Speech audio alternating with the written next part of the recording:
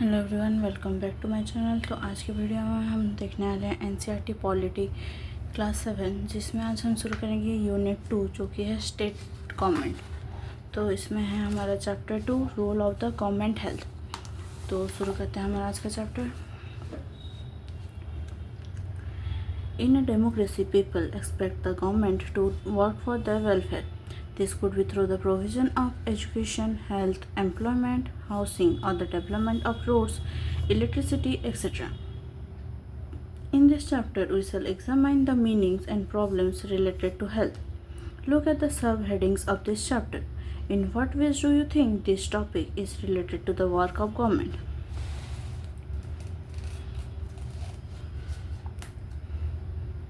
What is health? We can think of health in many ways. Health means our ability to remain free of illness and injuries. But health is not only about disease. You may have associated only some of the situation in the above columns with health. What we often ignore is the fact that each of the above situations is related to health. Apart from disease, we need to think of other factors that affect our health. For example, if people get clean drinking water or a pollution-free environment, they are likely to be healthy. On the other hand, if people do not get adequate food to eat or have to live in cramped conditions, they will be prone to illness. All of us would like to be active and in good spirits in whatever we may be doing. It is not healthy to be dull, inactive, anxious, or scared for long stretches of time. We all need to be without mental strain. All of these various aspects of our lives are a part of health.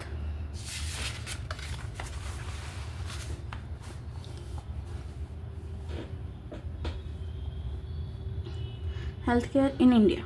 Let us examine some of the aspects of healthcare in India. Compare and contrast the situation expressed in the first and second columns. India has the largest number of medical colleges in world and is among the largest producers of doctors. Approximately 15,000 new doctors qualify every year. Healthcare facilities have grown substantially over the years. In 1950, there were only 2,717 hospitals in India. In 1991, there were 11,174 hospitals. In 2000, the number grew to 18,218. India gets a large number of medical tourists from many countries.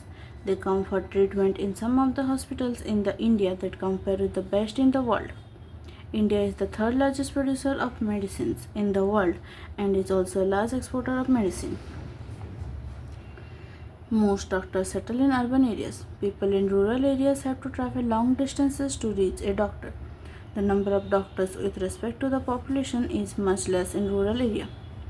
About 5 lakh people die from tuberculosis every year. This number is almost unchanged since independence.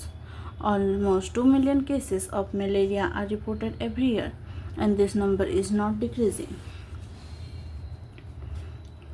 We are not able to provide clean drinking water to all. 21% of all communicable diseases are waterborne. For example, diarrhea, worms, hepatitis, etc. Half of all children in India do not get adequate food to eat and are undernourished. In order to prevent and treat illness, we need appropriate healthcare facilities such as health centers, hospitals, laboratories for testing, ambulance services, blood banks, etc. that can provide the required care and services that patients need. In order to run such facilities, we need health workers, nurses, qualified doctors, and other health professionals who can advise, diagnose, and treat illness. We also need the medicines and equipment that are necessary for treating patients. These facilities are required to take care of us.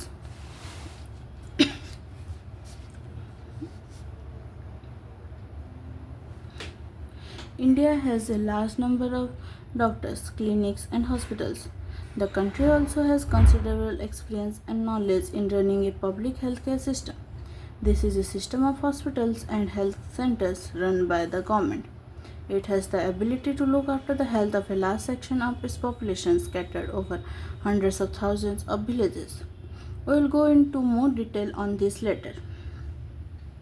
Moreover, there has been a phenomenal advancement in medical sciences, whereby many new technologies and treatment procedures are available in the country.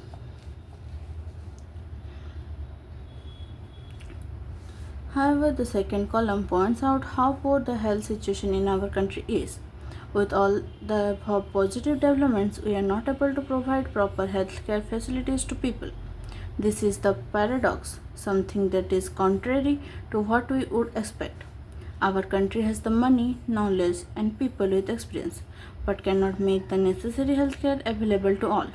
In this chapter, we will look at some of the reasons for this. The story of Hakim Sheikh. Hakim Sheikh was a member of the Paschim Banga Khet Mazdoor Samiti, an organization of agricultural laborers in West Bengal. One evening in 1992, he accidentally fell off a running train and suffered head injuries. He was in a very serious condition and needed immediate treatment. He was taken to a government hospital in Kolkata, but they refused to admit him because they did not have a spare bed. Another hospital did not have the facility or the specialized doctors necessary for this treatment. In this way, he spent 14 hours in a critical state and was taken to 8 different government hospitals, but none of them admitted him. Finally, he was admitted in a private hospital where he received the treatment. He spent a lot of money on his treatment. Angry and upset over the indifferent attitude of all the hospitals that refused to admit him, Hakim Sheikh and PBKMS filed a case in the court.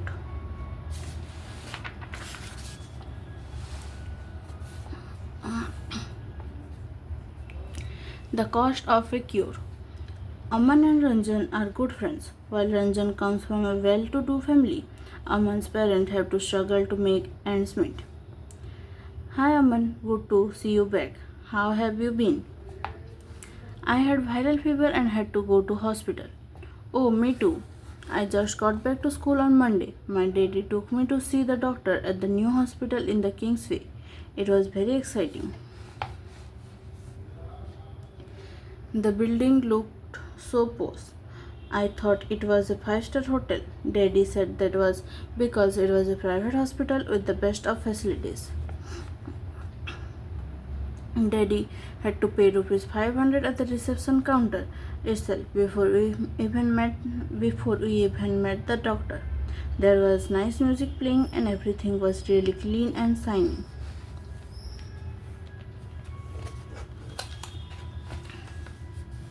The doctor asked for many tests, but everyone was so friendly. The lady who took my blood for testing told me so many jokes that I forgot to feel the pain. And have you heard the one about Batman on reality TV? After the test results came, we went back to the doctor. He looked through them and said everything was fine and I only had viral fever. He prescribed some medicines and rest. And so, young man, this pink pill should be taken 3 times a day and the white tablet once before bedtime. Just for the body ache. This one is a syrup. Don't worry, it's tasty. Thank you, doctor. I feel better already.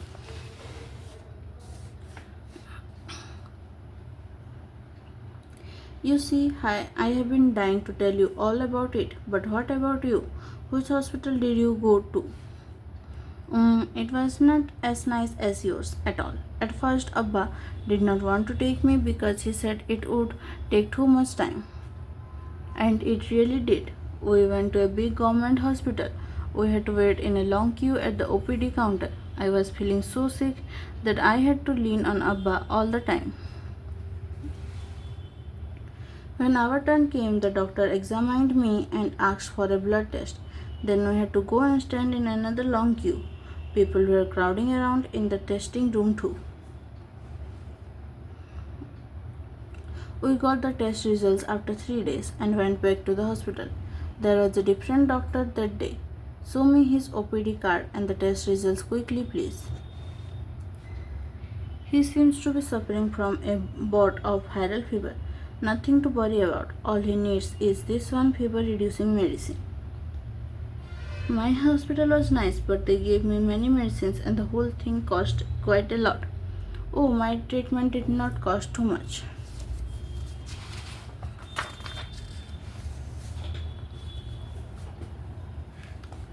Public and private healthcare services. From the above story, you must have understood that we can roughly divide up various healthcare facilities in two categories: public healthcare services and private health facilities. Public health services. The public health service is a chain of health centers and hospitals run by the government. They are linked together so that they cover both rural and urban areas and can also provide treatment to all kinds of problems, from common illnesses to special services. At the village level, there are health centers where there is usually a nurse and a village health worker. They are trained in dealing with common illnesses and work under the supervision of doctors at the primary health center (PSC). Such a center covers many villages in a rural area. At the district level is the district hospital that also supervises all the health centers. Large cities have many government hospitals, such as the one where Amman was taken, and also specialized government hospitals, such as the ones in Hakim Sheikh's story.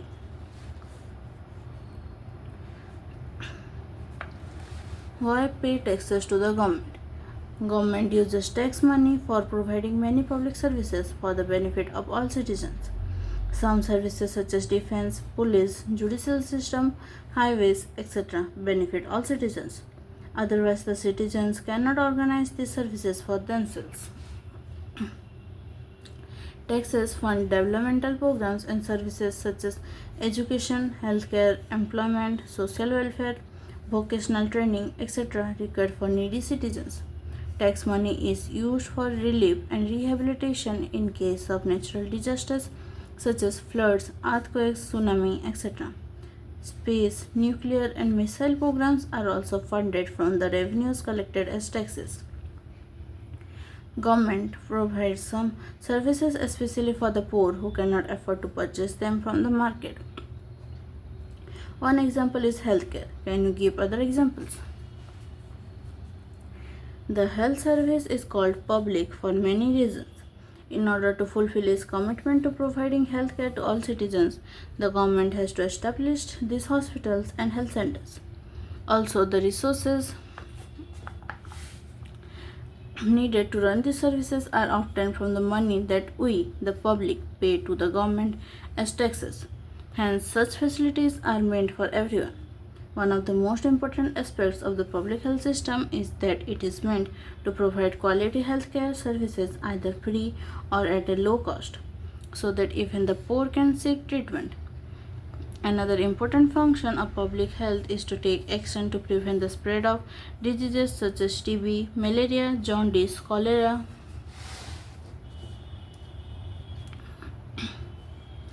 diarrhea, chikungunya, etc. This has to be organized by the government with the participation of people, otherwise it is not effective. For example, when taking up a campaign to see that mosquitoes do not breed in water coolers, rooftops, etc., this has to be done for all houses in the area. Recall the case of Hakim Sheikh. Would you like to know what the court said in this case?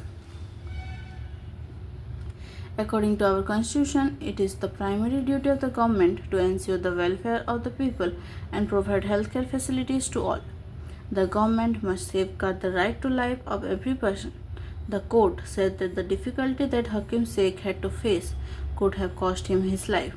If a hospital cannot provide timely medical treatment to a person, it means that this protection of life is not being given.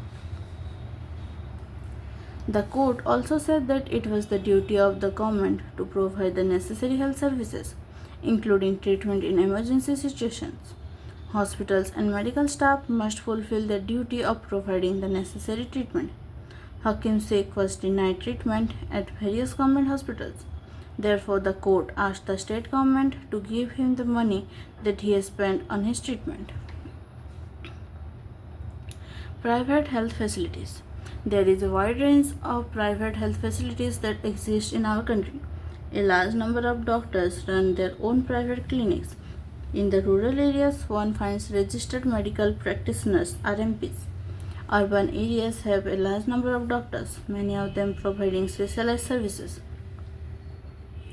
There are hospitals and nursing homes that are privately owned.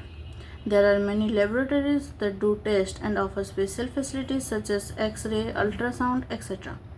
There are also shops from where we buy medicines.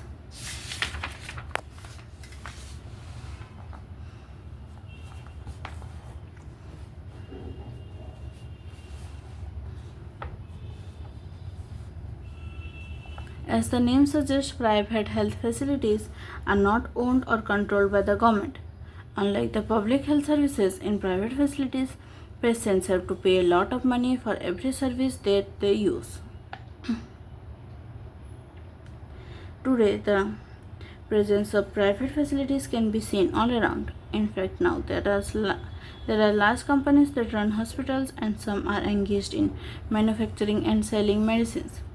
Medical shops are found in every corner of the country.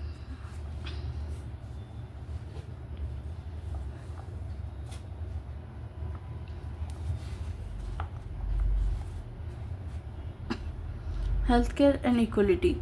Is adequate healthcare available to all? In India, we face a situation where private services are increasing but public services are not. What is then available to people are mainly private services.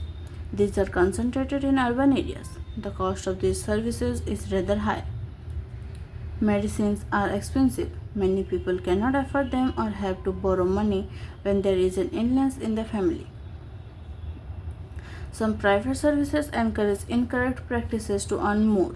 At times, inexpensive alternatives, though available, may not be used. For example, some medical practitioners are found to prescribe superfluous medicines, injections, or saline when simple medication may suffice. The Medical Council of India's Code of Medical Ethics states every physician should, as far as possible, prescribe drugs with generic names, and he or she shall ensure that there is a rational prescription and use of drugs. In fact, barely 20% of the population can afford all the medicines that they require during an illness. Hence, even for those whom one might not think as being poor, medical expenses cause hardship. It was reported in a study that 40% of people who are admitted to a hospital for some illness or injury have to borrow money or sell some of their possessions to pay for the expenses. For those who are poor, every illness in the family is a cause of great anxiety and distress. What is worse is that this situation tends to happen again and again and again. Those who are poor are in the first place undernourished. These families are not eating as much as they should. They are not provided basic necessities like drinking water, adequate housing, clean surroundings, etc., and therefore are more likely to fall ill. The expenses on illness make the situations even worse. Sometimes it is not only the lack of money that prevents people from getting proper medical treatment. Women, for example, are not taken to a doctor in a prompt manner. Women's health concerns are considered to be less important than the health of men in the family. Many tribal areas have few health centers and they do not run properly. Even private health services are not available. What can be done? There is little doubt that the health situation of most people in our country is not good. It is the responsibility of the government to provide equality healthcare services to all its citizens, especially the poor and the disadvantaged. However, health is as much dependent on basic amenities as social conditions of the people, as it is on healthcare services. Hence, it is important to work on both in order to improve the health situation of our people. And this can be done. Look at the following example.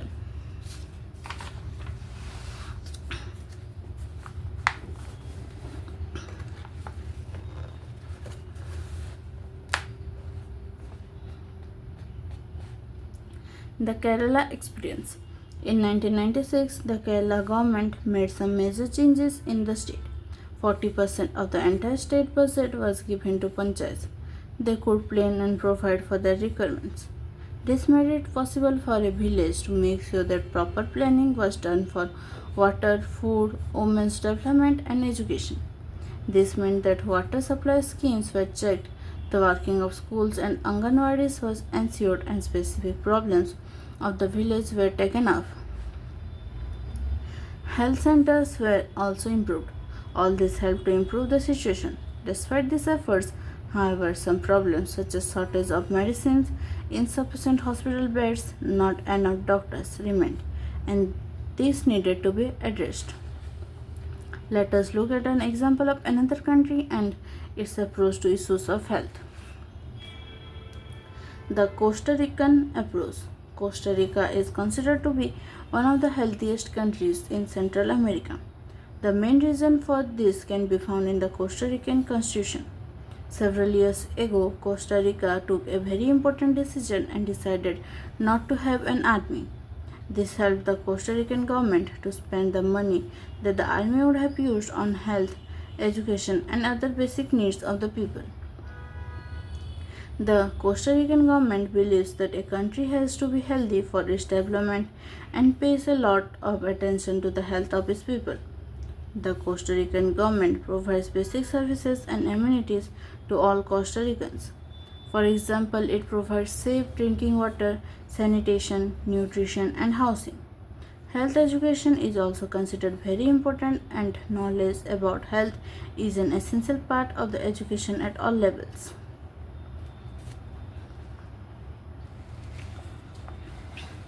तो ये है इस chapter का exercise, और इसी के साथ हमारा आज का चैप्टर कंप्लीट हो गया है। तो आज की वीडियो में हमने देखा है चैप्टर 2, और अगर आप चैनल पर नए हैं तो चैनल को सब्सक्राइब कर दीजिए और नोटिफिकेशन आइकन पर क्लिक कर दीजिए ताकि आपको सारे वीडियोस के अपडेट्स मिल सके। और अगर आपको वीडियो अच्छा लगे तो लाइक कर दीजिए, साथ ही अपने दोस्तों के साथ शेयर कीजिए ताकि उन्हें भी हेल्प हो सके। ये इस चैप्टर का ग्लॉसरीज है, अगर आपको किसी का मीनिंग जानना है तो आप ये देख सकते हैं। तो हमारा आज का वीडियो यहीं तक था। Thank you, thanks for watching.